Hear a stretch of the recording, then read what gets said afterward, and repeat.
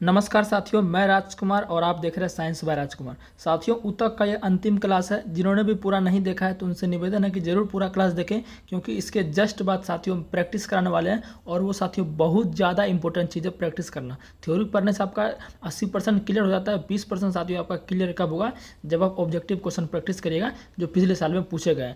तो उन्हीं को मज़ा आएगा प्रैक्टिस करने में जिन्होंने पूरा थ्योरी पढ़ रखा है। जैसे मैंने कोशिका का पढ़ाया आपको, तो उसका मैंने प्रैक्टिस करवाया, तो जिन्होंने पूरा थ्योरी रिवीजन किया उसको अच्छा लगा, है ना। इसलिए मैं कह रहा हूँ कि पूरा जरूर क्लास देख लीजिएगा। अगर आप पहली बार हमारे चैनल पर आए हैं तो हमने जो स्टार्ट किया है एनसीईआरटी साइंस बैच, उसको आप अच्छे से पढ़ें। एनसीईआरटी लाइन बाय लाइन में पढ़ा रहा हूँ, आपको बिल्कुल भी दिक्कत साइंस में साथियों नहीं होने दूंगा, इस बात में वादा करता हूँ, ठीक है ना। पेड कोर्स का साथियों बाप है, एक बार पढ़ के देखिए, जो पढ़ रहे हैं उसको अच्छा पता चल रहा है, ठीक है ना।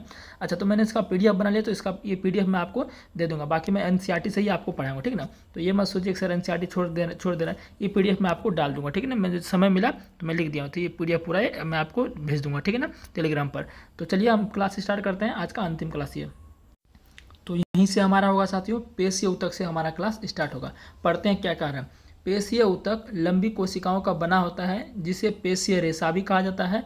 यह हमारे शरीर में गति के लिए उत्तरदायी होता है। सबसे पहला नंबर पॉइंट, आप अगर एनसीईआरटी बुक ले लिए हैं 9 का अगर एनसीईआरटी बुक ले लिया है तो एनसीईआरटी बुक लेकर बैठिए, हाइलाइटर लेकर बैठिए और उसको हाईलाइट करते जाइए जैसे जैसे मैं बोल रहा हूँ। और जो एक्स्ट्रा पॉइंट मैं बोल रहा हूँ उसको कॉपी में जरूर नोट करना, समझ गए ना बात को, या किताब में कहीं यहाँ पर ऊपर यहाँ पर लिख सकते हैं एक्स्ट्रा पॉइंट में जो बोलता हूँ, ठीक है ना। तो सबसे पहली बार पेशीय ऊतक को मस्कुलर टिश्यू कहते हैं। इस ऊतक की जो कोशिकाएं होती है वो कैसी होती है? लंबी होती है। कैसी होती है? लंबी होती है। और किससे बनी होती है? ये पेशीय रेशा मसल फाइबर्स। अभी मैं इसका चित्र भी दिखाऊंगा, है ना, इसका वेट करना। यह हमारे शरीर में गति के लिए उत्तरदायी है। देखिए, इस बार अभी जो टेक्नीशियन का एग्जाम हुआ था उसमें यह प्रश्न पूछा गया था कि हमारे शरीर में गति के लिए कौन सा ऊतक उत्तरदायी है। तो कौन सा साथियों? पेशीय ऊतक जो साथियों ये हमारे शरीर में गति के लिए उत्तरदायी है। जैसे कि साथियों हम हाथ हिला पाते हैं, गर्दन इधर उधर हिला पाते हैं, पैर दौड़ पाते हैं, इधर उधर कर पाते हैं, जो भी मूवमेंट साथियों शरीर का करते हैं उसमें किस ऊतक का योगदान होता है? पेशीय ऊतक का योगदान होता है। समझ के बात को ना। पेशियों में एक विशेष प्रकार की प्रोटीन होती है जिसे सिकुड़ने वाला प्रोटीन भी कहा जाता है, जिसके संकुचन एवं प्रसार के कारण गति होती है। अब हमारे शरीर में गति आखिर होती कैसी है? तो साथियों होती है संकुचन। संकुचन का मतलब हो गया सिकुड़ना। संकुचन का मतलब क्या होगा? सिकुड़ना। और प्रसार का मतलब हो गया फैलना, यानी कि सिकुड़ना और फैलना। सिकुड़ना फैलने से क्या होगा? गति होता है। अंगों में क्या होता है? गति होता है। तो हमारे शरीर में गति कैसे होता है? संकुचन और प्रसार से, यानी कि सिकुड़ने और प्रसार से, फैलने से हमारे शरीर में क्या हो साथियों? गति होता है, ठीक है ना। और आगे पढ़ते हैं। कुछ पेशियों की हम इच्छानुसार गति करा सकते हैं।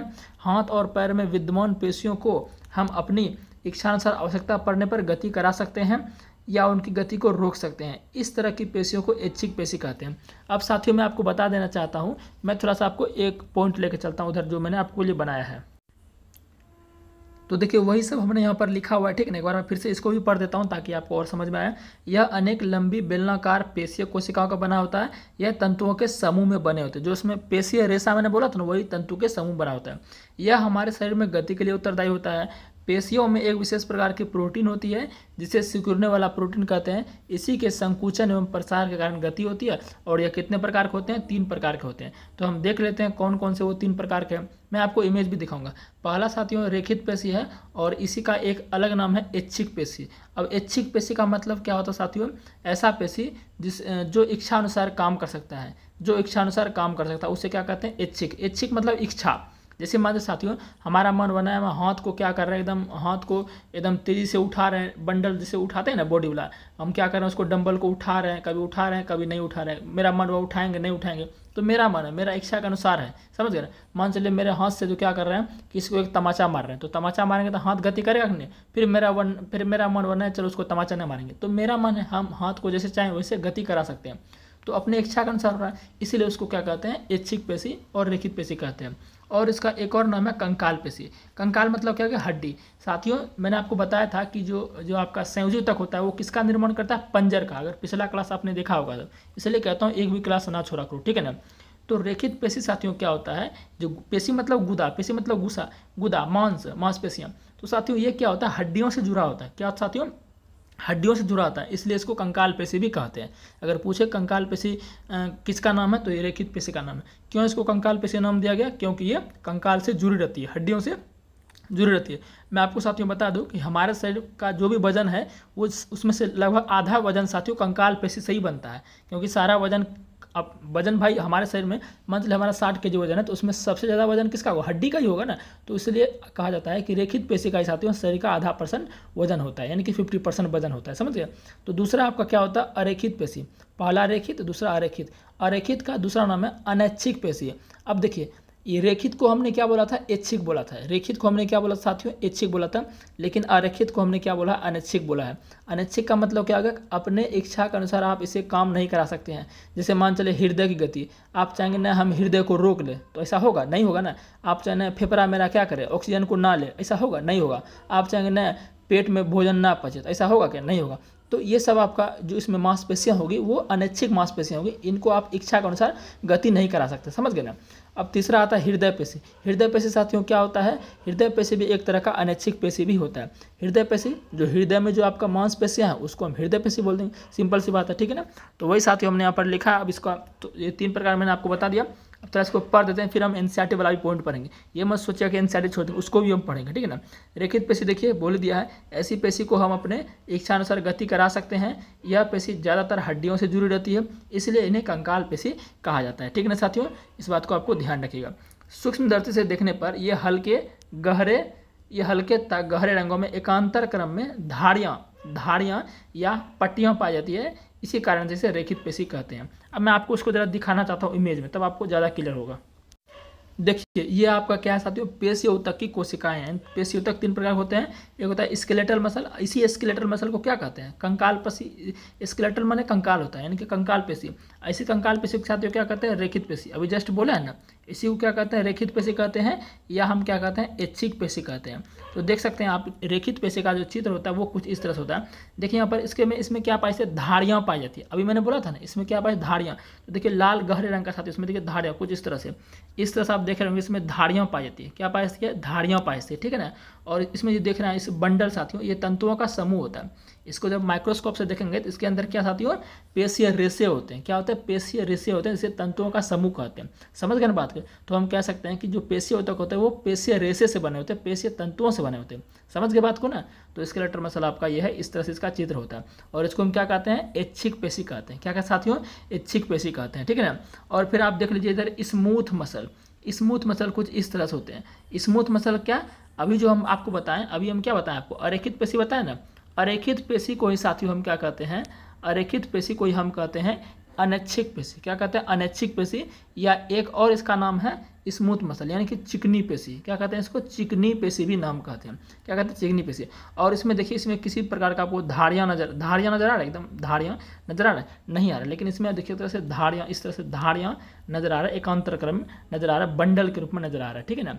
यहाँ पर आपको नजर नहीं आ रहा। अब हृदय पेशी देखिए, इसमें आपको शाखा के रूप में नजर आ रहा है। देखिए इधर से ये एक शाखा इधर निकल गया, फिर ये इधर शाखा निकल गया, इधर शाखा निकल गया। तो इसमें आपका क्या है, बेसिकली जो कार्डियक मसल साथियों होता है, इसको हिंदी में हृदय पेशी कहेंगे। इसमें क्या होता है, ये दोनों का गुण मिला रहता है। हृदय पेशी में इस दोनों का गुण क्या साथियों, मिला रहता है। समझ के बात को।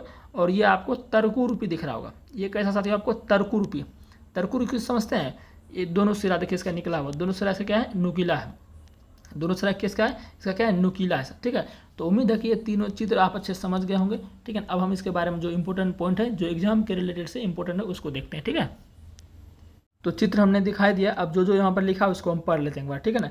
सूक्ष्मदर्शी से देखने पर यह हल्के तक गहरे रंगों में एकांतर क्रम में धारियाँ या पट्टियाँ पाई जाती हैं, जो कि मैंने आपको बता दिया।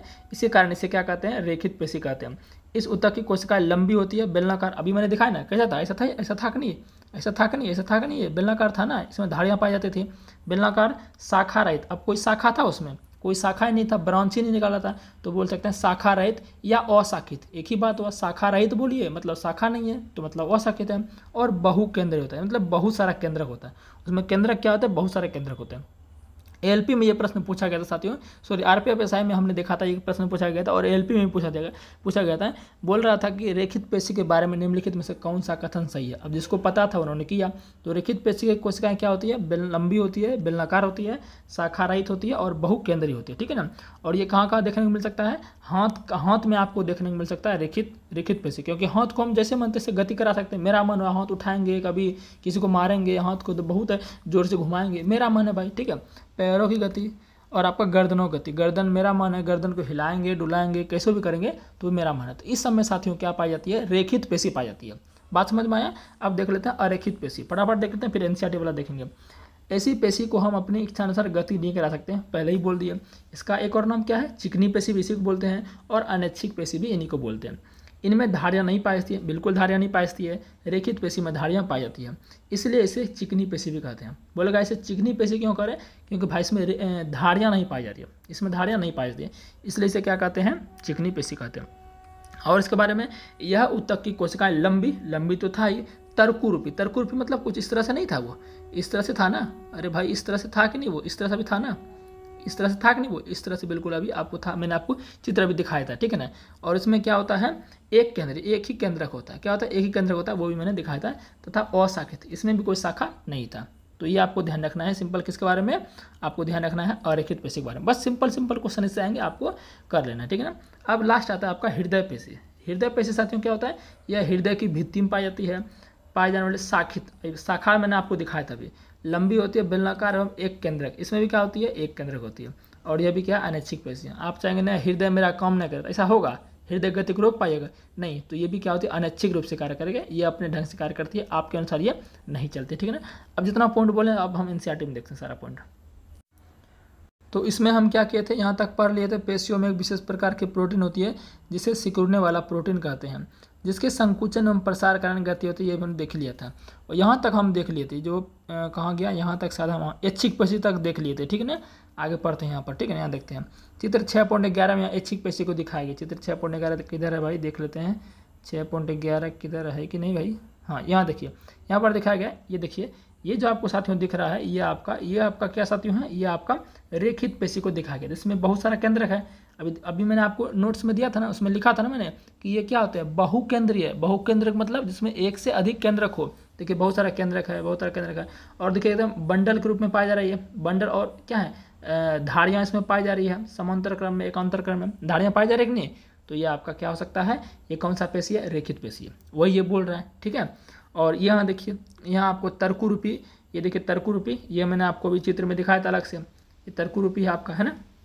ये क्या साथियों आपका, ये आपका है कहाँ गया भाई, ये सॉरी, ये हृदय पेशी, ये साथियों क्या आपका हृदय पेशी को दिखाया गया, सॉरी हृदय पेशी, यहाँ हृदय पेशी ये है, ये साथियों आपका 3 नंबर जो आपका साथियों है, ये वाला ये हृदय पेशी है।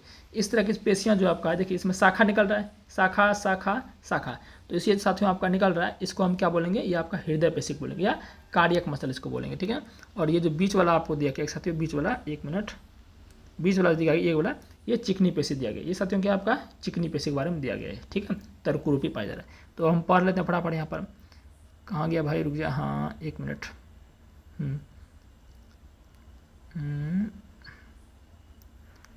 ये है ना, हाँ।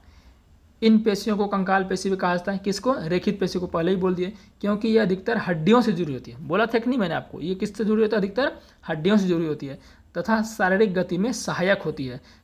शारीरिक गति में क्या होती है, सहायक। अब शारीरिक गति में सिर्फ यही थोड़ी सहायक होता है, सभ्य सहायक होता है। हृदय में जो पेशी है वो भी हृदय की गति के लिए सहायक है, समझ गए बात को ना। सूक्ष्मदर्शी से देखने पर ये पेशियां हल्के गहरे रंग में एक के बाद एक रेखाओं या धारियों की तरह प्रतीत होती है, पहले बोल दिया। इसी कारण इसे रेखित पेशी भी कहते हैं। मतलब कि रेखित पेशी से क्यों कह रहे हैं, क्योंकि ये धारियों के रूप में पाया जाए, एकदम धारियों के, रेखा के रूप में। रेखित मतलब रेखा, इस तरह से नहीं पाया जा रहा है, ये बंडल रूप में इस तरह से था ना, इस तरह से ये पाया जा रहा है, ठीक है। आगे देखते हैं, इस ऊतक की कोशिकाएं लंबी, बेलनाकार, शाखा रहित तथा बहुनाभीय। बहुनाभीय मतलब बहुकेंद्रीय। अरे भाई केंद्रक बोलो कि नाभिक बोलो, कोशिका चैप्टर में मैंने आपको बोला है ना, एक ही बात है, ठीक है ना। अब तो ये आपका रेखित पेशी के बारे में पूरा हम अच्छे से देख लिया। अब यहाँ आगे बढ़ते हैं, अरेखित पेशी के बारे में कुछ देखते हैं। आहार नली में भोजन का प्रवाह। अब बोलेगा सर आहार नली क्या होता है, तो वही बात है, पिछले क्लास में भी मैंने आपको बताया था कि भोजन मुंह में रखने के बाद जहाँ जहाँ से गुजरता है उसे हम क्या कहते हैं, आहार नली कहते हैं। तो भोजन कहाँ कहाँ से गुजरेगा, सर पहले भोजन मुंह में रखेंगे, फिर वो ग्रास नली में जाएगा, फिर ग्रास नली से सरसरेले आमाशय में जाएगा, फिर आमाशय से छोटी आंत में, छोटी आंत से बड़ी आंत में, बड़ी आंत से बड़ी आंत के बाद उसका प्रोसेस होगा गुदाद्वार में। तो इस सभी को हम क्या बोलेंगे, इस सभी अंग को जितना भी हमने नाम बोला उनको आहार नली बोलेंगे, ठीक है। तो आहार नली में भोजन का प्रभाव या रक्त नलिका का प्रसार, प्रसार मतलब फैलना, संकुचन जैसी गतियाँ ऐच्छिक नहीं है। मतलब कि आहार नली में जो भोजन का प्रभाव है, आहार नली के जितने भी अंग हमने बोला, आप सोचोगे ना कि हम जो है ग्रास नली को अपने मन से क्या करें, उसको फुला दे, पचका दे, तो संभव भाई नहीं है। आमाशय सोचे नहीं, आमाशय में जो भोजन जा रहा है ना, नहीं आप सोचेगा नहीं मुंह से सीधे भोजन पेट में चला जाता, ऐसा संभव है क्या? नहीं। तो ये सब जो पेशियाँ साथियों होती है वो क्या होती हैं, अनैच्छिक पेशियाँ होती हैं। और ये आपका अरेखित पेशी के जो अमाशय में, ग्रास नली में, इन सब में जो मांसपेशियाँ हैं ना, इन सब में कौन सी मांसपेशियाँ साथियों हैं, ये आपका अरेखित मांसपेशियाँ, छोटी हाथ हो गया, बड़ी हाथ हो गया, इन सब में आपके अरेखित मांसपेशियाँ, इनको आप अपने अनुसार काम नहीं करा सकते, ठीक है। गतियाँ ऐच्छिक नहीं है, इन गतिविधियों को हम स्वयं संचालित नहीं कर सकते, मतलब अपने आप पर उसका कोई कंट्रोल नहीं है, मतलब आप उसको कंट्रोल नहीं कर सकते, ठीक है ना। अर्थात हम इन गतियों को इच्छानुसार प्रारंभ या बंद नहीं कर सकते हैं। चिकनी पेशियाँ चित्र 6.11b में जो कि मैंने दिखाई दिया, अथवा अनैच्छिक पेशियाँ इन गति को नियंत्रित करती है, यानी कि अनैच्छिक पेशियाँ इन गति को नियंत्रित करती है, यानी कि वो अपने आप खुद को कंट्रोल करेगा, आप उस पर कुछ नहीं कर सकते हैं। ये आँख की पलक, अब देखिए कहाँ पाया जाएगा, आँख की पलक हो गया, जो आँख का पलक है उसमें क्या पाया जा रहा है साथियों, वो आपका अनैच्छिक पेशियाँ। आँख की पलक को सोचेंगे ना, अंदर की बात कर रहा हूँ मैं, ठीक है ना। अब सोचेंगे ना उसको हम क्या करें, उसको हम अपने अनुसार गति करें, उसको अपने अनुसार काम करें, तो आप नहीं करा सकते आँख के पलक को, ठीक है ना। तो वो आपका साथियों क्या होता है उसमें आपका होता है अनैच्छिक। से मूत्रवाहिनी हो गया, मूत्रवाहिनी मतलब मूत्र को बहने के लिए जो नली होता है उसे मूत्रवाहिनी कहते हैं। उसको आप सोचेगा नहीं मूत्र को बहने नहीं दे, रोक के रखे, संभव है क्या? नहीं भाई, वो अपने अनुसार काम करती है, तो मूत्रवाहिनी आपका अरेखित पेशी में आएगा। जैसे फेफड़ों की श्वास श्वसन में भी पाया जाता है, तो मैंने बोल दिया इस समय साथियों क्या होता है, आपका कंट्रोल नहीं है, वो अपने आप खुद से कार्य करती है, वो आपके इच्छानुसार बिल्कुल नहीं है, तो वो आपका अरेखित पेशी है। क्लियर हुआ? अब इसकी कोशिकाएं देखिए, इसकी कोशिका लंबी होगी और आखिरी सिरा नुकीला होगा, तर्कु रूपी, पहले ही बोल दिया, स्पिंडल शेप्ड होगा, और ये एक केंद्रीय क्या होता है, ये एक केंद्रीय पहले बोल दिए थे नहीं, चित्र में बोला था। और इनको अरेखित पेशी भी कहा जाता है। इनका नाम अरेखित क्यों है? क्योंकि भाई इसमें रेखा ही नहीं है। अरेखित पेशी इनका नाम क्यों है? फिर से दिखा दें क्या, चित्र में दिखाए थे ना एक बार, फिर से इसमें दिखाए थे, क्योंकि इसमें क्या कोई आपको यहाँ पर देखिए, इसमें देखिए रेखा टाइप को आपको दिख रहा है, इसमें देखिए इस तरह से, देखिए यहाँ पर ये रेखा बन रहा है, लेकिन इसमें इस तरह से कुछ भी यहाँ पर नहीं दिख रहा, इसलिए इसको क्या बोल रहे हैं, कहाँ गया भाई, इसलिए इसका नाम अरेखित है, रेखित नहीं है। बात क्लियर हुआ? अब बात करते हैं हृदय वाला के। हृदय की पेशियाँ जीवन भर लयबद्ध होकर प्रसार एवं संकुचन करती रहती है। यानी कि साथियों हृदय की पेशियाँ कभी सिकुड़ेगी, कभी फूलेगी, कभी सिकुड़ेगी, कभी फैलेगी, है ना, कुछ इस तरह से। जैसे मैंने आपको शायद कल ही दिखाया था ना, कल या परसों के क्लास में, मैंने याद नहीं आ रहा, मैंने बताया था आपको हृदय को एनिमेशन के माध्यम से बताया था, कैसे हृदय जो आपका है सिकुड़ती है, कभी सिकुड़ती है, कभी फैलती है, कभी सिकुड़ती है, कभी फैलती है, ठीक है ना। अब इसका सिकुड़ना और फैलना उसका क्या है, हृदय की गति को दिखाता है, कार्य करने का। अब वो गति करेगी भाई तभी कार्य होगा। जैसे आप हाथ रखिए अपने दिल पर, तो आपका हृदय देखिए गति करते रहता है, गति कर रहा है मतलब वो प्रसार हो रहा है और संकुचन हो रहा है, प्रसार हो रहा है, संकुचन हो रहा है। अगर प्रसार संकुचन बंद हो गया तो समझिए आपका काम खत्म है, आप समझिएगा, ठीक है। इन अनैच्छिक पेशियों को कार्डियक पेशी कहा जाता है। यानी कि साथियों हृदय में जो मांसपेशियां हैं उसको हम क्या कहेंगे, हृदय पेशी कहेंगे या कार्डियक पेशी कहेंगे, सिंपल सी बात है, ज़्यादा कोई कॉम्प्लिकेटेड नहीं है। चित्र 6.11c में, यानी कि हमने पहले आपको दिखा दिया था, ये देखिए, ये जो आपको दिख रहा है इसमें साथियों आपका क्या है, यह जो आपका है ये हृदय की मांसपेशियाँ, हृदय में कुछ इसी तरह की मांसपेशियाँ होती है, ठीक है ना। और इसमें देखिए धारियों में पाया है। मैंने बोला था कि रेखित और आरेखित दोनों का मिक्सअप होता है, हृदय पेशी दोनों का क्या होता है, मिक्सअप होता है, समझ के बात को ना। लेकिन दोनों का मिक्सअप जरूर होता है, लेकिन साथियों ये होता है अनैच्छिक। अब बोलेंगे सर दोनों का मिक्सअप होता है तो रेखित आपका ऐच्छिक होता है, अरेखित आपका अनैच्छिक होता है, तो दोनों का गुण मिलना चाहिए। नहीं, इसमें आपका रेखित का गुण नहीं मिलेगा। हृदय भले दोनों से मिलकर बना होता है, दोनों का मांसपेशी इसमें मिक्सअप होता है, लेकिन ये होता है अनैच्छिक, आपके अनुसार ये काम नहीं करेगा, समझ के बात को ना। तो यहाँ पर ध्यान रखना है। हृदय पेशी कहा जाता है, चित्र 6.11c में देख लिए। हृदय की पेशी कोशिका बेलनाकार होगी, शाखाओं वाली। अच्छा, इसमें शाखा होगा, शाखा किस में नहीं होगा, रेखित में शाखा नहीं होगा, अरेखित में शाखा नहीं होगा, लेकिन आपका जो हृदय वाला में शाखा होगा, ठीक है। और एक केंद्रीय होता है, कितना होता है, एक केंद्रीय। एक केंद्रीय कौन कौन होता है, जो आपका अरेखित है ये भी एक केंद्रीय, और हृदय पेशी भी एक केंद्रीय, यानी एक ही केंद्रक होगा। लेकिन जो आपका रेखित है ये बहुकेंद्रीय होगा। यही सब प्रश्न तो पूछता है जिसमें आप फंस जाते हो आराम से, ठीक है। तो इस तरह साथियों हम जो है जो आपका क्या कहते हैं, क्या बोलते हैं भाई, पेशी ऊतक को अच्छे से देख लिए, ठीक है ना। अब हम बात करते हैं, लास्ट आपका खत्म होने वाला है तंत्रिका ऊतक। पहले उसको एक बार हम क्या करते हैं, पहले इसको पढ़ ही लेते हैं, ठीक है। उसके बाद फिर हम जो नोट बनाए उसको देखेंगे। तंत्रिका ऊतक समझते हैं साथियों। तो तंत्रिका ऊतक होती है, इसको नर्वस टिश्यू कहते हैं। ये साथियों आपका नर्व सेल से बनी होती है, यानी कि तंत्रिका कोशिका से बनी होती है। सिंपल बात है। अब बोलोगे सर तंत्रिका कोशिका क्या है, तो अगर वही बात है फिर जो शुरू से देखा है उसको मैंने चित्र दिखाया था अच्छे एनिमेशन के माध्यम से कि तंत्रिका कोशिका कैसी दिखती है। उसको हम न्यूरॉन भी कहते हैं, अलग नाम उसका है। तो जो शुरू से क्लास देखा वो अच्छे से पता होगा कि न्यूरॉन कैसा होता है, और उसके बारे में शुरू में थोड़ा सा मैंने आपको बताया भी था। तो खैर यहाँ पर अच्छे से देखते हैं। सभी कोशिकाओं में उत्तेजना के अनुकूल प्रतिक्रिया करने की क्षमता होती है। उत्तेजना मतलब साथियों हो गया कि उत्तेजना मतलब मैं आपको कैसे बताऊँ, जैसे कि मान चलिए कि हम आपको क्या कर रहे हैं, मार रहे हैं। हम आपको क्या कर रहे हैं, मार रहे हैं। तो आपको हम क्या कर रहे हैं, गुस्सा दिला रहे हैं। अरे हम आपको मार रहे हैं बिन फालतू का, आपको गुस्सा आ रहा है ना, तो आप क्या करेंगे, उसके मेरे प्रति कुछ क्रिया करेंगे ना। हम जो आपको मार रहे हैं उसके प्रति जरूर आप कुछ ना कुछ रिएक्शन दीजिएगा। भाई एक चाटा मारे, दो चाटा मारे, अब तो आपको धीरे धीरे गुस्सा आ रहा है, फिर आप भी उधर से कुछ मारिएगा हमको, है ना। जो भी कीजिएगा, गाली दीजिएगा, मारिएगा, जो भी कीजिएगा, तो वो क्या कर रहे हैं, प्रतिक्रिया दे रहे हैं। हम आपको उत्तेजित कर रहे हैं, हम गाली दे रहे हैं, आपको मार रहे हैं, उत्तेजित आपको कर रहे हैं, आप उसके प्रति क्रिया कुछ ना कुछ जरूर दीजिएगा। तो वही साथियों यहाँ पर कुछ है कि सभी कोशिकाओं में उत्तेजना के अनुकूल प्रतिक्रिया करने की क्षमता होती है। यद्यपि मतलब हालांकि तंत्रिका ऊतक की कोशिकाएं बहुत शीघ्र उत्तेजित होती है, यानी कि तंत्रिका ऊतक की कोशिका जो है एकदम तुरंत एक्साइट हो जाता है, एकदम तुरंत उत्तेजित हो जाता है, ठीक है ना। और इस उत्तेजना को बहुत ही शीघ्र पूरे शरीर में एक स्थान से दूसरे स्थान तक पहुंचाती है। कहने का मतलब साथियों मैं इसका पूरा आपको ये क्या कहना चाह रहा हूँ पूरा मैं आपको बताता हूँ। तंत्रिका ऊतक साथियों होता है, इसका बेसिकली काम क्या होता है हमारे शरीर में, ये आपको क्या करता है, पूरे शरीर को कंट्रोल करता है। जो नर्वस टिश्यू साथियों आपका है ये क्योंकि नर्वस टिश्यू आपको कहाँ पाया जाता है, ये आपके ब्रेन में पाया जाता है, मस्तिष्क में पाया जाता है। बहुत सारे नर्वस सेल मिलेंगे, नर्व सेल मिलेंगे, बहुत सारे तंत्रिका कोशिका मिलेंगे, तो क्या बनेगा, तंत्रिका ऊतक बनेगा। और पूरा शरीर पर कंट्रोल साथियों हमारे ब्रेन का ही रहता है। और ब्रेन में बेसिकली कौन सी कोशिका पाई जाती है, तंत्रिका कोशिका। और तंत्रिका कोशिका मिलेगा तो क्या बनेगा, तंत्रिका ऊतक बनेगा। ठीक है साथियों। तो साथियों हमारे शरीर में जो मैसेज एक जाता है ना, जैसे मान चलिए आपका है साथियों, आपके हाथ पर कोई एक हथौड़ी मार दिया तो चोट लगेगा आपको। तो हाथ पर हथौड़ी अचानक से मार दिया तो आप क्या कीजिएगा, जैसे मान चलिए आपका यहाँ पर ये हाथ था, मान चलिए यहाँ पर गोली आपका यहाँ था, ठीक है ना। अब यहाँ पर क्या किया, कोई आपको हथौड़ी मार दिया तो तुरंत यहाँ पर फिर क्या करेंगे, आपका ये हथौड़ी आपको मारेगा तो यहाँ पर चोट लगेगा ना। अरे चोट लगेगा कि नहीं लगेगा, और आपको एहसास होगा अरे बड़ी चोट लगा, हो सकता है हाथ आपका चकनाचूर हो जाए।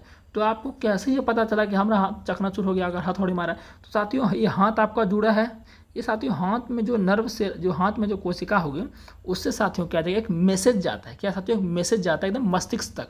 कहाँ जाता है, मैसेज जाता है मस्तिष्क तक। कहाँ जाता है, मैसेज जाता है मस्तिष्क तक, एकदम विद्युत आवेग की तरह, करंट की तरह, विद्युत आवेग की तरह क्या जाता है, मैसेज जाता है ब्रेन को। तब आपको एहसास होता है अरे बड़ी चोट लगा, समझ गए ना। अगर आपका ये मैसेज नहीं जा रहा है, मान लीजिए अगर आपको चोट यहाँ पर नहीं लग रहा है, इसका मतलब आपका तंत्रिका ऊतक काम नहीं कर रहा है, नर्वस सिस्टम में खराब है, पागल है आप, ठीक है। तो इस तरह साथियों आपका जो है, और भी मैं आपको एग्जांपल देख समझाता हूँ। जैसे मान चलिए आपका ये फिर से एक हाथ ले लेते हैं, 5 उंगली का ये आपका हाथ ले लेते हैं, ठीक है ना, हाथ ले लेते हैं। अब यहाँ पर आपको कोई कांटा भोग दिया, हाथ में क्या कर दिया, उंगली में कोई कांटा चुभा दिया, तो फिर भी आप लगेगा अरे, आपको लगेगा अरे कांटा चुभा दिया। तो आपको कैसे पता चला, अब फिर तो जैसे कांटा चुभाए वहाँ से हाथ आप तुरंत हटा लेंगे। तो क्यों हटाए, क्योंकि ब्रेन आपको एक मैसेज दिया, परापर साथियों मैसेज दिया कि हाथ वहाँ से हटाओ। तो ये जो मैसेज दिया या मैसेज जा रहा है किसके माध्यम से, करंट के माध्यम से, एक विद्युत आवेग के माध्यम से। और इसमें हेल्प कौन करती है, हमारी तंत्रिका कोशिका। उम्मीद है समझ में आ गया है जो मैं आपको समझाना चाह रहा हूँ, ठीक है ना। बाकी साथियों तंत्रिका ऊतक जो है ये 10th वाले एनसीईआरटी में भी है ना, 10th वाले एनसीईआरटी में और डिटेल में आपका है। इसमें तो टिश्यू के बारे में पढ़ाया जा रहा है, फिर भी देखते हैं कहाँ तक थे। और इस उत्तेजना को बहुत ही शीघ्र पूरे शरीर में एक स्थान से दूसरे स्थान तक पहुँचा दिया। मस्तिष्क हो गया, मेरुरज्जु हो गया तथा तंत्रिकाएं सभी तंत्रिका ऊतक की बनी होती है। यानी साथियों मस्तिष्क हो गया, मेरुरज्जु हो गया, इन सब में क्या होती है, तंत्रिका कोशिका होती है। तंत्रिका ऊतक की कोशिकाओं को तंत्रिका कोशिका या न्यूरॉन कहा जाता है, मैंने पहले ही बोला। न्यूरॉन में कोशिकाएं केंद्रक तथा कोशिका द्रव होते हैं, और इससे लंबे पतले बालों जैसी शाखाएं निकली होती है। प्रायः प्रत्येक न्यूरॉन में इस तरह का एक लंबा प्रवर्ध होता है जिसको एक्सॉन कहते हैं, एक्सॉन कहते हैं, तथा बहुत सारे छोटी शाखा वाले प्रवर्ध डेंड्राइट्स होते हैं। एक तंत्रिका कोशिका 1 मीटर तक लंबी हो सकती है।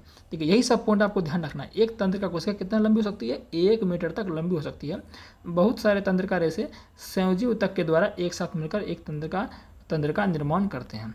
ठीक है, अब ये क्या बोल रहा है, और भी है क्या, इसको पढ़ लेते थोड़ा सा, यहाँ पर देख लेते हैं। तंत्रिका का स्पंदन हमें इच्छानुसार अपनी पेशियों की गति कराने में सहायता करता है। तंत्रिका तथा पेशियों तक का कार्यात्मक संयोजन प्राय सभी जीवों में मौलिक है। साथ ही यह संयोजन उत्तेजना के अनुसार जंतुओं को तेज गति प्रदान करता है। यानी कि तंत्रिका का स्पंदन हमें इच्छानुसार अपनी पेशियों की गति कराने में सहायता करता है। जैसे मन बनाए, चलो हाथ को हम क्या करते हैं, एकदम गोल गोल घुमाते हैं, जैसे मनते से हाथ को गोल गोल घुमाते हैं, तो ये मस्तिष्क जो आपका जो है, मस्तिष्क में जो न्यूरॉन कोशिका वो मैसेज भेजता है, समझ गए ना। तो वही यहाँ पर बोला जा रहा है कि तंत्रिका तथा पेशियों तक की कार्यात्मक संयोजन प्राय सभी जीवों में मौलिक है। ये आपका कॉमन है सब में, ठीक है ना। तो अब हम जो चित्र दिया गया साथियों, यहाँ पर चित्र दिया गया, देखिए चित्र में दिया भी गया, जूम करते हैं यहाँ पर देखिए, हालांकि मैंने इसमें चित्र बनाया है। ये जो आपको दिख रहा है, संरचना आपको दिख रहा है, ये संरचना जो आपको दिख रहा है, 1 मिनट इसको हटाते पर बढ़िया चित्र बनाते हैं, ठीक है। जो संरचना आपको दिख रहा है, ये संरचना किसकी है, ये संरचना आपके साथियों है तंत्रिका कोशिका या न्यूरॉन की। इसमें देखिए बीच वाला पार्ट साथियों जो है, ये बीच वाला पार्ट जो है इसको बोलते हैं केंद्रक, क्या बोलते हैं केंद्रक। और इसमें क्या भरा हुआ है, इसमें भरा हुआ कोशिका द्रव, क्या भरा हुआ कोशिका द्रव। और इसमें क्या होता है साथियों, मिसिल्स के कण होते हैं, क्या होते हैं, मिसिल्स के कण होते हैं। इस सब पॉइंट को लिख लीजिए, सब पॉइंट बुक में नहीं दिया रहता है, तो कभी कभी पूछ देता है एक्स्ट्रा पॉइंट, मिसिल्स के कण लिख लीजिए। बोलेगा कि निसिल्स के कण कहाँ होते हैं, तो बोलेंगे न्यूरॉन कोशिका में होते हैं। अब ये जो पतला तार एकदम निकल रहा है, पतला तार, इसको बोलते हैं तंत्रिकाक्ष यानी कि एक्सॉन बोलते हैं, क्या बोलते हैं, एक्सॉन। और ये कोशिका का, ये जो आपको दिख रहा है, ये कोशिका का है साइटोन, कोशिका का है साइटोन है, ठीक है। और ये एकदम प्रवर्ध निकला साथियों, एकदम ये लकड़ी जैसा एकदम जो लग रहा है, हिरन का सिंह जैसा, इसको बोलते हैं दुर्मिका बोलते हैं, क्या बोलते हैं, दुर्मिका बोलते हैं, इंग्लिश में डेंड्राइट्स बोलते हैं। अब मैं इसको थोड़ा सा आपको कार्य समझा देता हूँ अच्छे तरीके से, ठीक है, कार्य समझा देता हूँ। तो साथियों अब ये जो आपका है, मैं PDF में दे दूंगा, इसका पूरा नाम लिखें, इसके लिए चिंता मत कीजिए। ये साथियों आपका जो डेंड्राइट्स है, इससे क्या होता है, जो भी मैसेज है इसी से आता है। बोलेगा सबसे पहले मैसेज न्यूरॉन कोशिका में कहाँ आता है, तो बोलेंगे डेंड्राइट्स में। कहाँ आता है, डेंड्राइट्स में। मैसेज रिसीव, जो भी तंत्रिका तंत्र में जो मैसेज आ रहा है, क्योंकि अब मस्तिष्क में एक, ये जो कोशिका, एक कोशिका ये 1 मीटर तक लंबी हो सकती है, ऐसा नहीं कि एक ही है, बिलियनों तंत्रिका कोशिका है मस्तिष्क में, क्या है, बिलियनों। अब बिलियनों कोशिका तंत्रिका कोशिका में मैसेज का स्थानांतरण होते रहता है। अब कैसे होता है, सबसे पहले मान चलिए कि इसमें आया, मान चलिए कि इस न्यूरॉन में आया, तो इस न्यूरॉन के पास मैसेज कहाँ से आएगा, तो सबसे पहले आएगा इस डेंड्राइट्स में। LP में पूछा गया था कि सबसे पहले मैसेज किस में आता है, संदेश किस में आता है, विद्युत आवेग आता है डेंड्राइट्स में। और फिर डेंड्राइट्स से फिर किस में जाएगा, इसमें जाएगा साइटोन में। और साइटोन से फिर जाएगा सीधे, ये पूरा पतला रस्सी दिख रहा है धागे जैसा, इसमें जाएगा एक्सॉन में। तो फिर मैसेज जाएगा एक्सॉन में। अब एक्सॉन के बाद फिर जो अंतिम सिरा दिख रहा है, इसको बोलते हैं तंत्रिकाक्ष का अंतिम सिरा। और फिर यहाँ से साथियों क्या होता है, यहाँ से एक और सेम ऐसा ही न्यूरॉन यहाँ पर जुड़ा रहता है, ऐसा ही न्यूरॉन साथियों यहाँ पर क्या होता है, जुड़ा रहता है, और इसमें कुछ ना कुछ गैप रहता है। तो दो तंत्रिका कोशिका के जो बीच गैप रहता है उसे सिनेप्स कहते हैं। ये क्वेश्चन पूछा जाता है कि दो तंत्रिका कोशिका के बीच जो गैप रहता है उसे क्या कहते हैं, सिनेप्स कहते हैं। तो मैंने आपको क्या बोला, एक बार फिर से बोल देता हूँ कि सबसे पहले मैसेज इसमें आएगा डेंड्राइट्स में, फिर साइटोन में जाएगा, फिर साइटोन से इस एक्सॉन में जाएगा, फिर यहाँ पर ये जो तंत्रिकाक्ष का अंतिम सिरा है, तंत्रिकाक्ष माने एक्सॉन, तंत्रिकाक्ष माने एक्सॉन, ये अंतिम सिरा है। यहाँ पर साथियों क्या होगा, एक नया न्यूरॉन यहाँ पर फिर से रहता है, फिर से नया न्यूरॉन का डेंड्राइट्स आएगा, फिर इसके पास मैसेज जाएगा, इसी तरह आगे ये मैसेज जाता रहता है। समझ के बात, उसकी प्रतिक्रिया होती रहती है। तो इस तरह से न्यूरॉन हमारा कार्य करता है, ठीक है ना। और मैं कुछ यहाँ पर, तो इसमें तो ज़्यादा कुछ नहीं दिया गया, मैं आपको यहाँ पर लिख देता हूँ। यहाँ देखिए, इसमें जो आपको दिख रहा है ना, जो यहाँ पर आपको दिख रहा है, जो थोड़ा सा कलर वाला पार्ट दिख रहा है, ये जो पीला वाला पतला रस्सी दिख रहा है, ये तो आपका तंत्रिकाक्ष एक्सॉन है। और ये जो आपको थोड़ा सा कलर दिख रहा है, कैसे बताऊँ, ब्लू कलर का हल्का दिख रहा है, इसको बोल साथियों माइलिन शीथ बोलते हैं। क्या बोलते हैं, माइलिन शीथ बोलते हैं। और यहाँ भी ये भी माइलिन शीथ, ये भी माइलिन शीथ। ये माइलिन शीथ क्या करता है, इसको जो तंत्रिकाक्ष है इसको कवर से ढकता है, समझिए कि उसको रक्षा प्रदान करता है, सुरक्षा देता है। कौन, तंत्रिकाक्ष को देता है, कौन देता है, माइलिन से देता है। और इसके बीच में देखिए कुछ गैप यहाँ दिख रहा है, कुछ गैप दिख रहा है, अरे कुछ गैप दिख रहा है, इस गैप को कहते हैं रेनवियर के नोड्स। क्या कहते हैं, रेनवियर के नोड्स, ठीक है ना। अब मैं इसको एक बार चित्र में जो मैंने बनाया है उसको दिखा देता हूँ। तो देखिए हमने लिखा भी यहाँ पर है, तंत्रिका ऊतक के बारे में सारा चीज़ लिखा है कि इस ऊतक की कोशिकाओं को न्यूरॉन कहा जाता है। और इसमें देखिए क्या क्या अंग होते हैं, केंद्रक होते हैं, कोशिका द्रव होते हैं, रेनवियर के नोड होते हैं, एक्सॉन होते हैं, माइलिन शीथ होते हैं और डेंड्राइट होते हैं। हमने यहाँ भी चित्र यहाँ पर बनाया हुआ, ठीक है, चित्र में आप देख सकते हैं, यहाँ पर है ना, चित्र में आप देख सकते हैं। ये तंत्रिकाक्ष का अंतिम सिरा हो गया, इधर भाई तू आ जा, तंत्रिकाक्ष का अंतिम सिरा हो गया, ये तंत्रिकाक्ष हो गया जिसको एक्सॉन कहते हैं। और देखिए ये जो आपको इस तरह से दिख रहा है, इसको माइलिन शीथ कहते हैं, जो कि सुरक्षा प्रदान करता है। ये चर्बीदार साथियों होता है, माइलिन शीथ साथियों प्रोटीन और वसा का बना होता है, ठीक है ना। माइलिन शीथ, इस सबको ध्यान रखिएगा। और जो 2 माइलिन शीथ, देखिए ये माइलिन शीथ हो गया, 2 माइलिन शीथ के बीच में गैप दिख रहा है यहाँ पर, इस गैप को कहते हैं रेनवियर के नोड। तो ये सारे न्यूरॉन के अंग हैं। तो क्वेश्चन वो किसी तरह से पूछ सकता है कि निम्नलिखित में कौन न्यूरॉन के अंग नहीं है, तो ये आपको ध्यान रखना। और जो मैंने बता दिया डेंड्राइट्स क्या होता है, ठीक है ना। तो उम्मीद है आज का क्लास अच्छा लगा होगा, तो चैनल को सब्सक्राइब कर दीजिएगा। इंतजार करिएगा साथियों, नेक्स्ट क्लास इसका क्या आएगा, प्रैक्टिस का, ठीक है ना। तो मिलते हैं नेक्स्ट वीडियो में। टेलीग्राम ज्वाइन कर लीजिएगा, साइंस बाय राजकुमार।